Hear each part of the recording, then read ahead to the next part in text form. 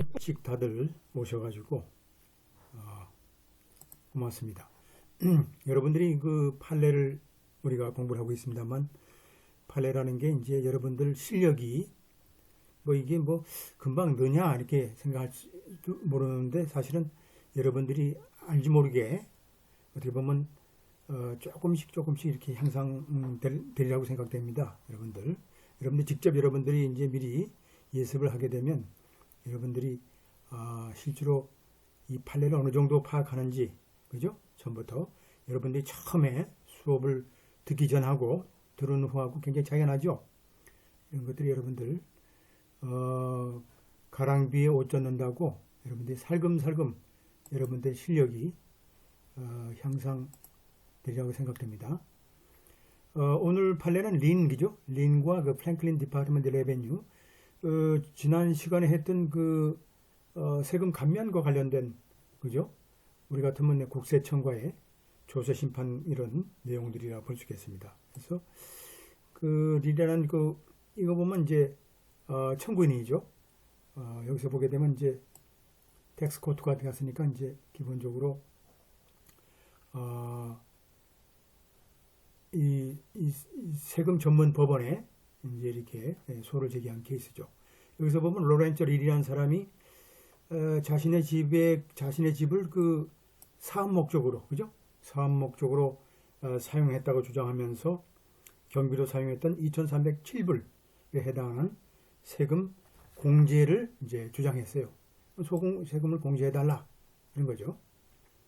그러니까 이제 프랭클린 디파트먼트 레베뉴라는, 우리 같으면 이제 국세청에서 한마디로 이러한 공제 주장에 대해서 이제 거부를 하고, 그렇지 않다. 뭐 세금 더 낼 거 있다. 그죠? 세금이 어디셔널 텍스도니까 세금이 있다. 세금이 더 있다. 그죠? 네가 경비 요구를 하고 있지만, 제외를 면제, 소위 세금 공제를 요구하고 있지만, 돈 낼 게 더 있다는 얘기죠. 세금이. 그래서 이제 일단은 세금을 지불했죠. 우리 경우도 어떻게 됩니까? 국세청에서 세금을 통보받게 되면 기본적으로 세금을 다투려 그러면 기본적으로 어떻게 돼야 돼요? 세금을 내고 이제 조세 심판을 하는 경우도 있고, 또 그 전에 불복 절차가 있어가지고 그 불복 절차 안에 이제 하게 되면 이제 세금을 내지 않고 이제 조세 심판을 다투는 경우도 있죠. 하여튼간에 자기가 세금을 냈으니까 자 환불해달라 라고 이제 소를 제기한 그런 케이스죠. 그래서 여기서 보게 되면 이제 administrative review, 그죠? 이제 어떻게 보면 이제 이게 행정 심리죠. 보게 되면 조세 심판이라는 것도 결국은 이제 결국 행정의 한 부분이기 때문에 행정 심리 결과에, 그죠? 이러한 그 해당 부처의 결정을 이제 일단은 승인하자. 린이라는 사람이 결국은 어떻게 돼요? 이 법원에, 프랭클린 텍스 코트라는 법원에 항소한 이런 케이스죠.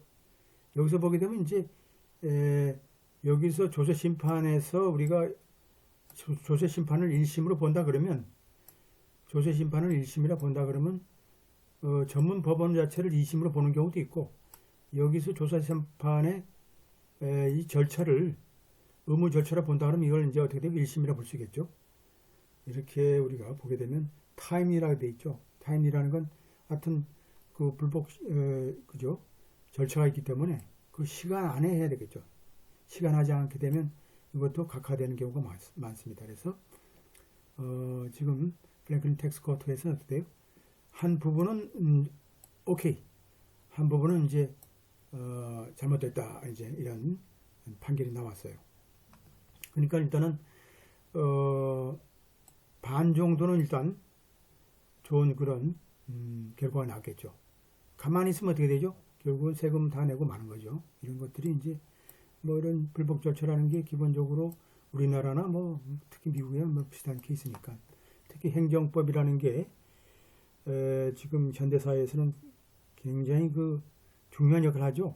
또 행정법이라는 건 기본적으로 기존에 있는 법률 자체보다도 보다 대민 관계에서는 굉장히 밀접한 관계에 있기 때문에 이제 그 바시험에 있어서도 MPT 같은 경우는 이제 행정법을 시험 출제하는 경우가 많아요. 요새는요.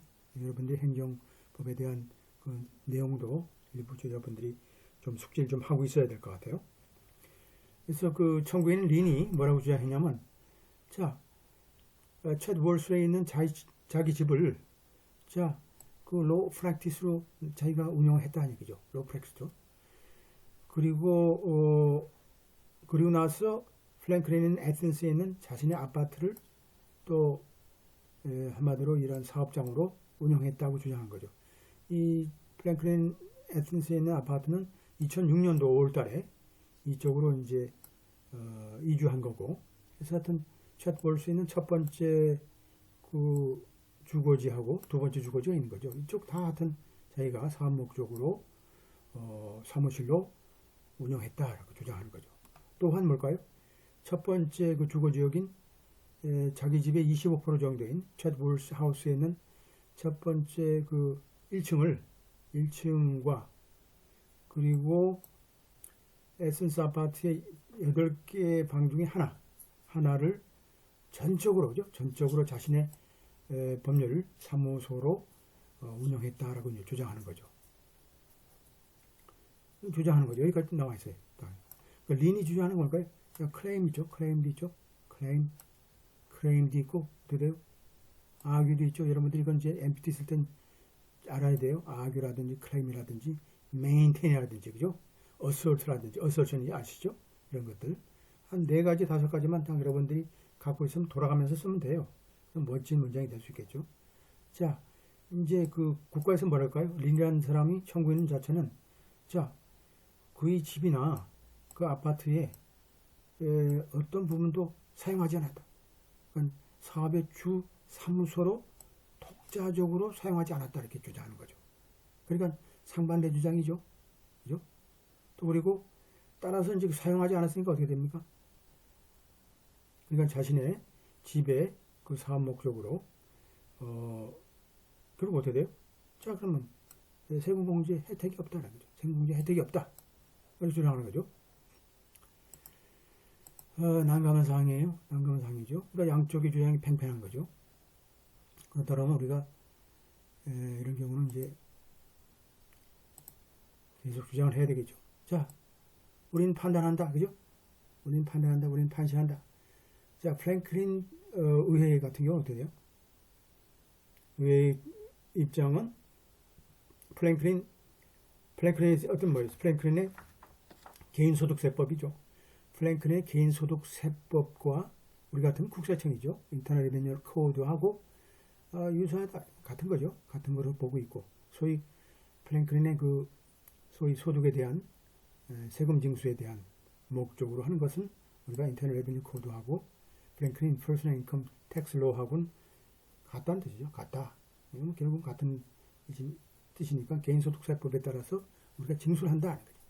거기에는 뭘까요? 플랭클린 법률에서 명시한 어떤 조정이라든지 수정 뭐 이런 게 있는 거죠. 일부 이제 법률에 돼 있고, 또 해당 법률 IRC죠. 인터널 레베뉴 코드의 IRC 280조 보게 되면 자, 이 세금 감면이 세금 공제가 우리가 허락될 수 없다. 어떤 경우에 자, 납세자의 개인적인 사택이죠. 사택에 관한 우리가 일반적으로 인정이 안 된다.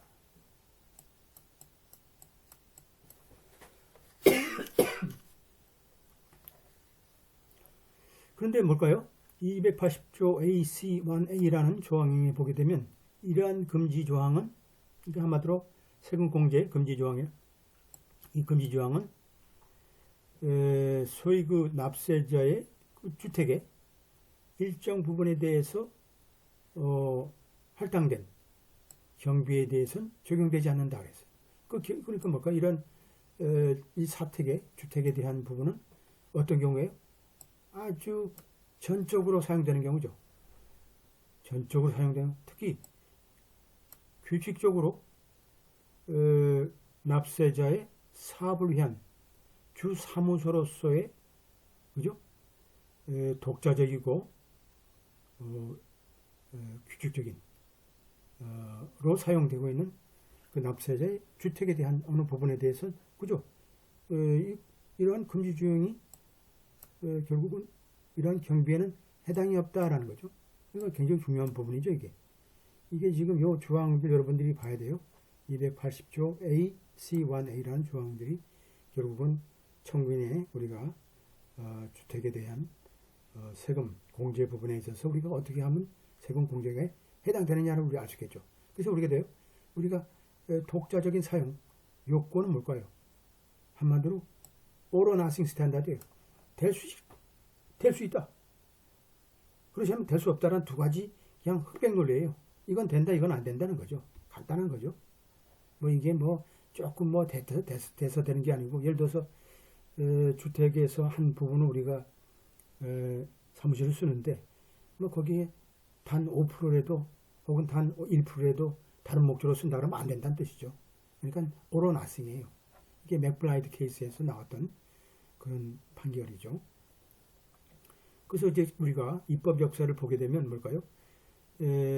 소위 납세자의 주택의 일정 부분에 대한 전적인 사용이라는 것은 우리가 이 사업 목적으로 그죠? 사용되는 주택의 어떤 특정 부분을 당연히 사용돼야 된다는 뜻이죠. 따라서 이런 주택에 대한 부분에 대한 사용이라는 것은 그죠? 뭐 그런 거 뭘까요? 어떤 게요? 개인적인 목적이든 혹은 사업 목적이든 하게 되면 이러한 목적 뭘까요? 이러한 독보적인 한마디로 exclusive use test니까 이런 테스트를 우리가 통과할 수 없다는 뜻이죠. 그러니까 한마디로 personal purpose라든지 사업 목적으로 이렇게 동시에 이루어진다 그러면 이건 뭐 해당의 사항이 없다는 뜻이죠. 그러니까 all or nothing 케이스가 맞는 거죠. all or nothing 케이스가 맞다.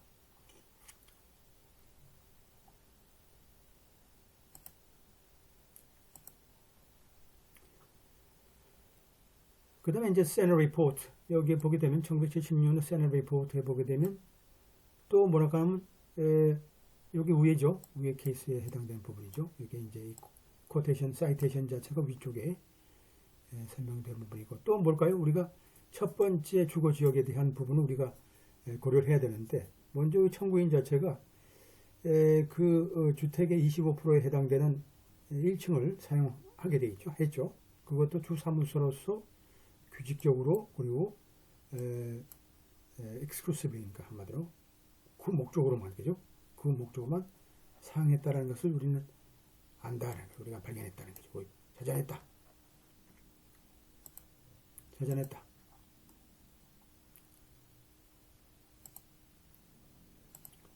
그래서 그럴까요? 소위 자신의 집에 어떤 그 거실, 그죠? 거실로부터의 물리적인 separation이죠. 한마디로 이제 분리 혹은 사무실에 대한 사무실로서 한마디로 residence type mother-in-law suite니까 뭘까요? 이것도 뭘까요? 거주지역이죠. 주거지역 형태의 mother-in-law suite니까 한마디로 뭘까요? 이게 바로 이제 보통 그레니 플랫이라 하죠. 소위 이제 노인이 주거하는 별채죠. 별채로 이제 노인이 주거하는 별채의 그 아파트를 사무실로 이제 전용하는 거죠. 전용하는. 피지컬 컨버션이니까 전용하는 거죠. 전용한 거. 그리고 또 그 출입구죠. 별도의 출입구에 어닝을 설치했다는 사실.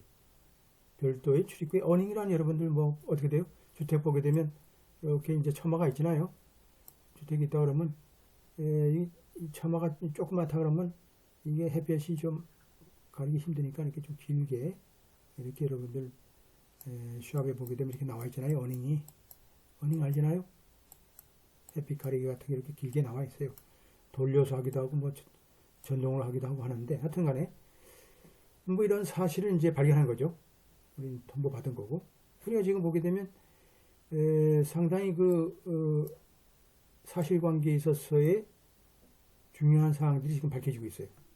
첫 번째 뭘까요? 이 주거하고 이제 사업 목적의 어떤 공간하고는 뚜렷하게 구별되어야 된다는 그 사실하고, 두 번째 우리가 이제 또 고려해야 될 건 뭘까요? 자, 에센스 아파트의 그 컴퓨터 오피스룸이라는 우리가 봐야 되겠는데, 자, 이 청구인 자체는 입증을 못했어. 전적으로 주사무소, 법률 사무소로서의 주사무소의 역할을 컴퓨터 오피스룸을 사용했다는 것을 증명 못했어요. 증명 못했다. 그럼 뭘까? 이건 잘못된 거죠. 안 된다. 그리고 린이라는 청구인 자체를 뭐라고 증언했냐면 대충 그 방 자체를 자신의 법률 사무소 목적으로만 사용했다라고 이제 대충 이제 증언했고, 그래서 뭐랄까요? 뭐 이제 파일도 거기다 저장하고 거기다가 이제 법률 서적도 보관하고 한 거죠. 뭐 그건 좋아요. 하지만 방에 뭐가 있는지, 어떻게 방이 사용되는지는 전혀 구체적인 사항들을 제시를 못한 거죠. 못했다. 그래서 뭘까요? 이 방에 대한, 컴퓨터 룸에 대한 방에 대한 이 문제라는 것은 결국 뭘까요? 컴퓨터가 자신의 방에 있었다. 하지만 그 컴퓨터를 어떻게 돼요? 자신의 개인적인 목적이라든지 사업 목적으로 위해서 사용한 것으로 이제 본다는 얘기죠. 이 개인적인 게 중요하죠. 퍼스널 비즈니스 타스크. 아마 비즈니스 퍼포스 같으면 전적으로 비즈니스 목적으로 사용돼야 되는데, 이게 이제 여러분들이 이해하기 힘든 부분이죠. 내가 뭐 우리 집인데 뭐 퍼스널도 뭐 쓰는 거고 뭐 개인적으로 하고 그런 거 아니냐 할 수 있지만, 이게 명백하게 이제 이 커먼 지역 같은 경우는 이런 세금 공제 부분에 있어서는 절적으로 우리가 개인적인 부분에 대해서 우리가 분리해야 된다라는 거죠. 이런 것들이 굉장히 중요한 요소들이다. 그죠? 그다음 어떻게 됐어요? 자, 그리고 나서 뭘까요? 뭐라고 증언했어요? 가끔 자신의 그 어린 딸이 그 방에서 자신이 이제 아이를 돌보기도 하고, 또 그동안에 자신의 와이프는 또 개인적인 업무를 하기도 하고, 그리고 또 아이는 뭘까요? 또 자신이 일하는데 TV 그 볼륨을 좀 낮춰가지고 이제 보도록 하고, 결국 그 방에 대한 뭐 텔레비전이 우리가 설치라든지 또 비즈니스 목적에 대한 이 본인 청구인의 증언 내용을 우리가 살펴볼 때는 결국 뭐라고 우리가 결론 내릴 수 있냐면, 청구인 자체가 우리가 입증 책임을 다하지 못했다. 입증 책임을 못했다는 거예요. 아마도 뭘까요? 결국은 자신이 사용하고 있는 컴퓨터 오피스룸이라는 것을 주 사무소로서만 사용했다는 어떤 입증 책임을 할 수 없었다. 다 하지 못했다라는 것을 우리가 결론 내린다라는 거죠. 결국 뭘까요? 그 사업 자체, 그 소위 사무소 자체의 내용 자체가 결국 어떻게 돼요? 개인적인 목적과 사업적 목적이 혼용된 형태의 그죠? 부분이기 때문에 결국은 우리 같으면 국세청 입장에서 청구인에 대한 세금 공제는 어렵다 이렇게 보는 거죠. 본다. 따라서 어떻게 돼요? 따라서